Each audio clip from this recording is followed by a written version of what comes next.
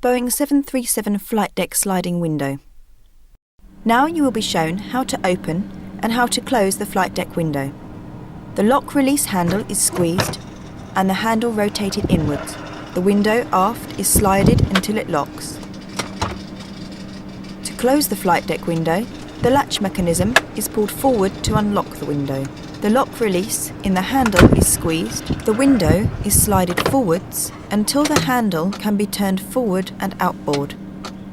For evacuation through a flight deck window, this is the way to do it.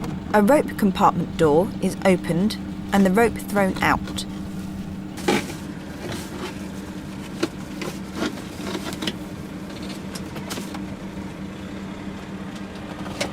The rope is pulled to check that it's safely strengthened.